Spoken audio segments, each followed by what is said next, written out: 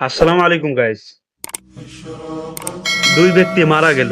এক ব্যক্তি মারা গেল মসজিদের ভিতরে, আরেক ব্যক্তি মারা গেল কোনো মদের আড্ডায় বা কোনো বারের ভিতরে। এখন আপনাদের কাছে একটা প্রশ্ন, কোন ব্যক্তি ভালো হবে?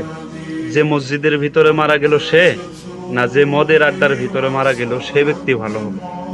সাধারণত যদি আমরা দেখি, মসজিদের ভিতরে যে ব্যক্তি মারা গেল সেই ভালো ব্যক্তি বা সেই ভালো মানুষ এরকম মনে হবে। আর যে মদের আড্ডায় মারা গেল সে হয়তো খারাপ বা নিন্দনীয় মানুষ হিসাবে মনে হবে। কিন্তু যে ব্যক্তি মদের আড্ডায় গিয়েছিল, মদের আড্ডায় মারা গেল, সে ব্যক্তি মদের আড্ডায় গিয়েছিল মানুষকে মদ পান করার থেকে, খারাপ কাজ করার থেকে নিষেধ করার জন্য।